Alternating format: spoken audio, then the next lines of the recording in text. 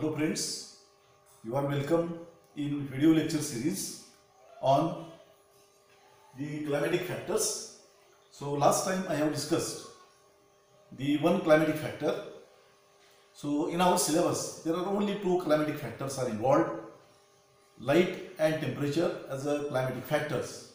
So last time I have discussed the role of light as a climatic factor. Today I am going to discuss the atmospheric temperature as a climatic factor. So temperature is an important climatic factor. It controls the all metabolic reactions which are going on throughout the life of the plant.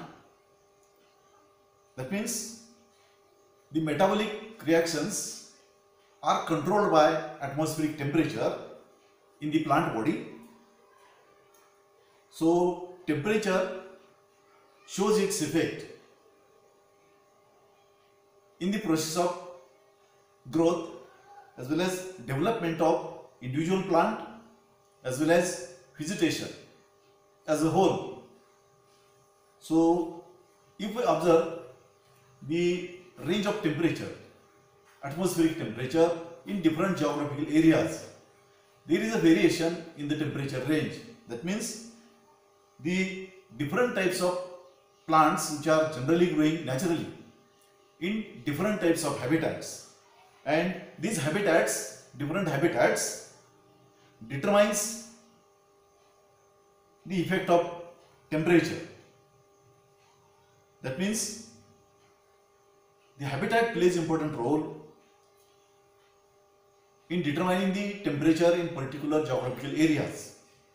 So variations in the temperature is due to altitude, latitude and climatic factors like atmospheric humidity, like light intensity as well as wind velocity.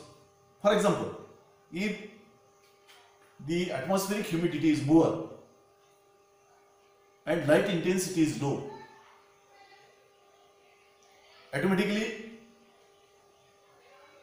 temperature is low in the atmosphere. On the contrary, if the atmospheric humidity is less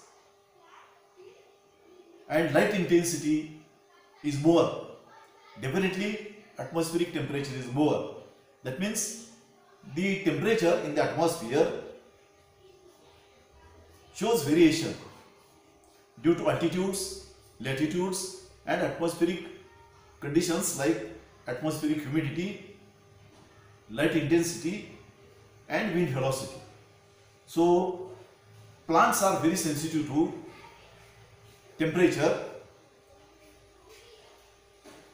Very high temperature as well as very low temperature, they are detrimental or harmful to the plants.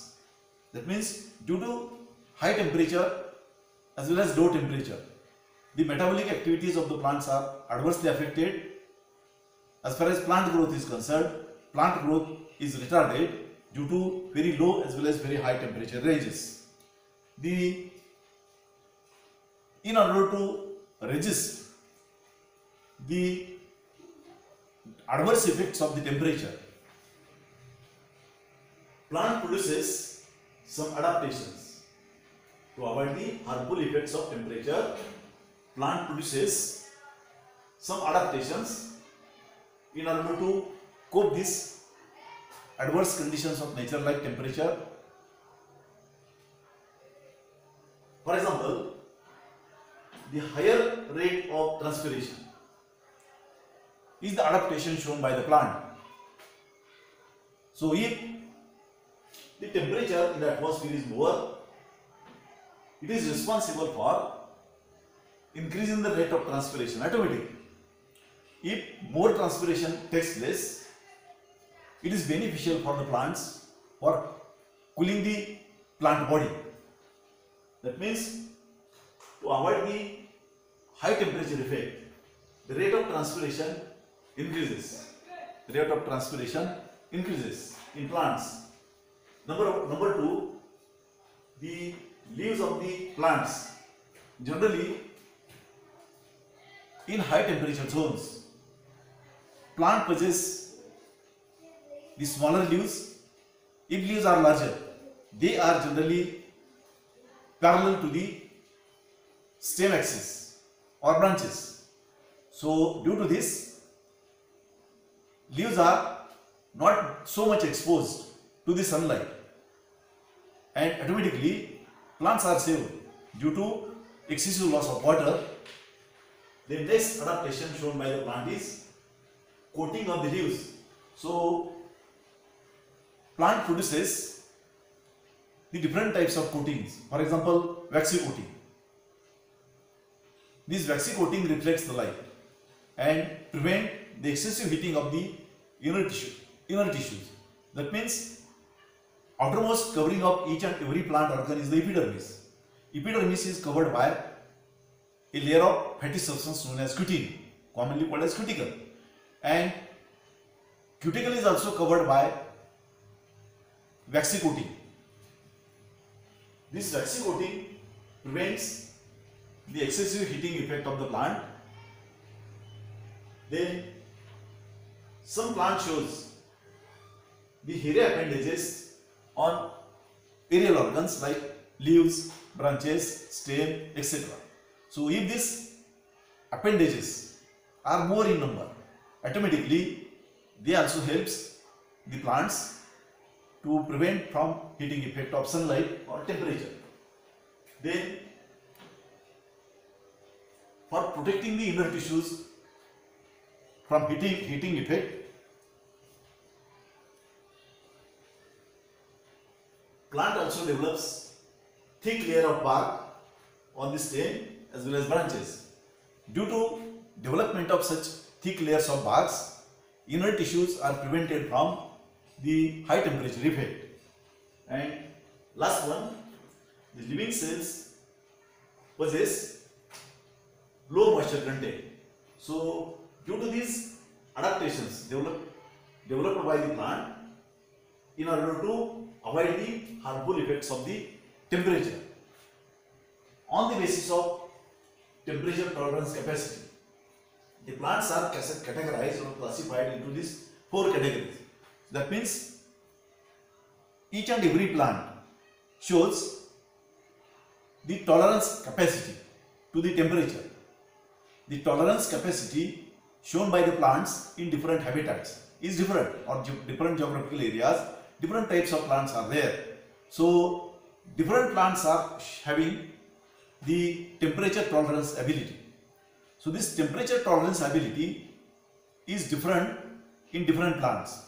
So on the basis of this temperature tolerance capacity, the vegetation is divided into or categorized into these 4 categories, like megatherms, number 2 mesotherms, number 3 microtherms, and number 4 hectotherms.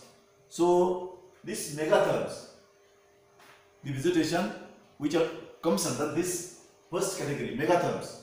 So these megatherms are the plants which are generally growing naturally in deserts as well as in tropical regions. So in desert, there is a scarcity of water. Soil contain less availability of water. Atmosphere contain less availability of moisture in the form of vapors or humidity. Atmospheric temperature is high. Wind velocity is lower. So all these conditions are commonly found in deserts, and these conditions are known as xeric conditions or xeric habitats. So in the xeric habitats or dry regions, the plants are heavily growing, and these plants which can tolerate the high temperature in that desert regions or tropical regions are commonly called as a megatherms. So which are the plants which are found in these desert regions? These megatherms. That means mostly the xeropodic plants like agave, aloe, opuntia, acacia, etc.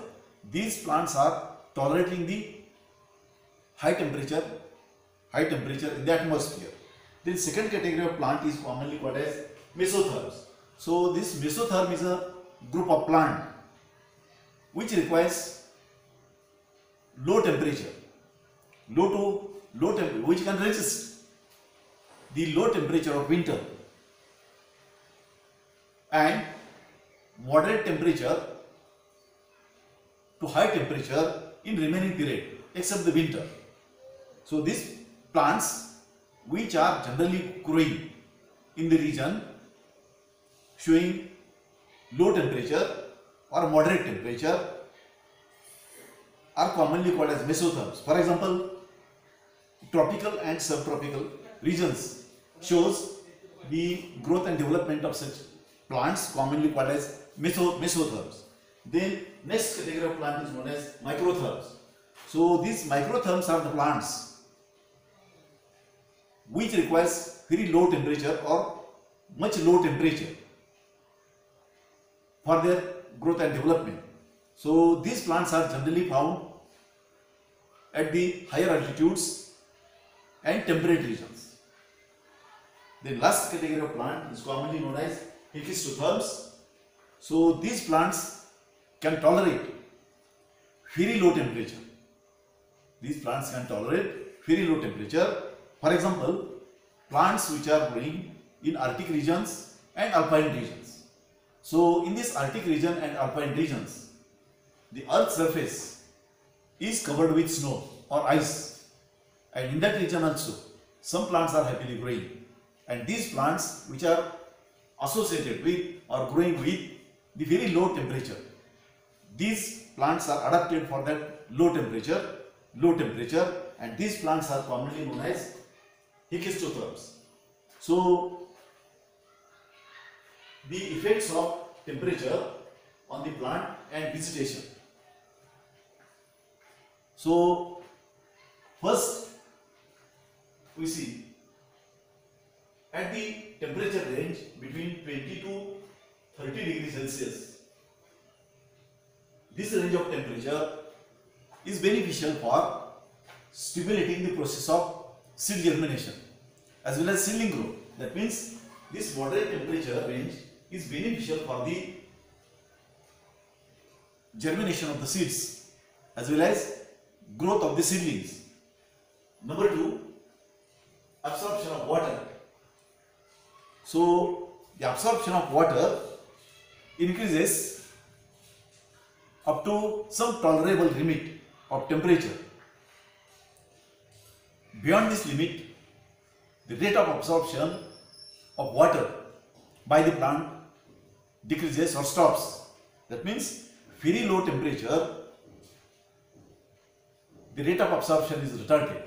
That means due to very low temperature, even though water is available, even though dissolved salts in the water are available, they are not absorbed by the plant due to effect of very low temperature. That means due to very low temperature, absorption rate is affected. Then next process, physiological process, photosynthesis. So as far as this photosynthesis process is concerned, the process of photosynthesis increases up to some tolerable limit. As the temperature range increases, the rate of photosynthesis also increases up to some tolerable limit. So beyond this tolerable limit, if temperature increases, the process of photosynthesis stops. Even though atmospheric light is available, atmospheric CO2 is available, water is available in soil, so all required conditions, that means raw materials required for photosynthesis in the form of water, CO2, they are available. Plant don't take part in photosynthesis. That means photosynthesis process stops beyond the limit of the temperature. Then rate of respiration. So gradual increase in the temperature increases the respiration rate up to certain point or certain limit or certain tolerable limit. So beyond this tolerable limit, the rate of respiration also decreases. That means as like photosynthesis, gradual increase in temperature increases the rate of respiration also up to certain limit, tolerable limit. and beyond this tolerable limit, the rate of respiration also decreases. Then growth and development of plant. So growth also increases up to this range of temperature, up to 45 degrees Celsius range. The growth of the plant was found to be increased as the range of temperature increases up to 45 degrees Celsius. Growth also increases, but beyond this limit, beyond this 45 degrees Celsius temperature, if temperature increases normally in the atmosphere here, then it stops the growth. That means due to high temperature, growth is retarded or growth stops. So temperature naturally required by the plant is not uniform. For example, some plant require high temperature for their normal growth. Some plant require low temperature or moderate temperature for their normal growth. For example, cotton plant requiring high temperature. On the contrary, the potato plant require low temperature. That means the requirement of temperature is variable in different plants, but range of temperature plays important role in the process of growth of the plant also. Then atmospheric temperature and atmospheric humidity. So these two factors, climatic factors, combined atmospheric temperature and atmospheric humidity. These two factors determines the type of vegetation in any region. These two factors, atmospheric temperature and atmospheric humidity, determines the vegetation type in particular geographical area. For example, the vegetation in desert. What are the conditions, natural conditions, climatic conditions in the desert? Desert region shows high temperature, low humidity, and that's why due to this low humidity and high temperature, xerophytic plants are growing heavily. That means the desert regions are determined by this high temperature and low humidity, these two climatic factors together.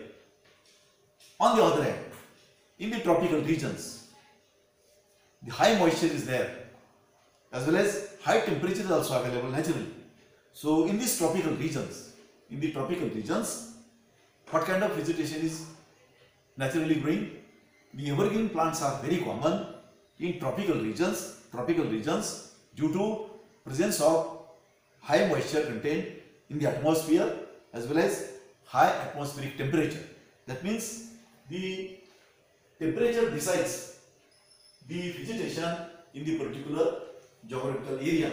So these are the effects shown by the temperature on the plant and vegetation. So that's all about this today's article, role of atmospheric temperature as a climatic factor. So thanks all.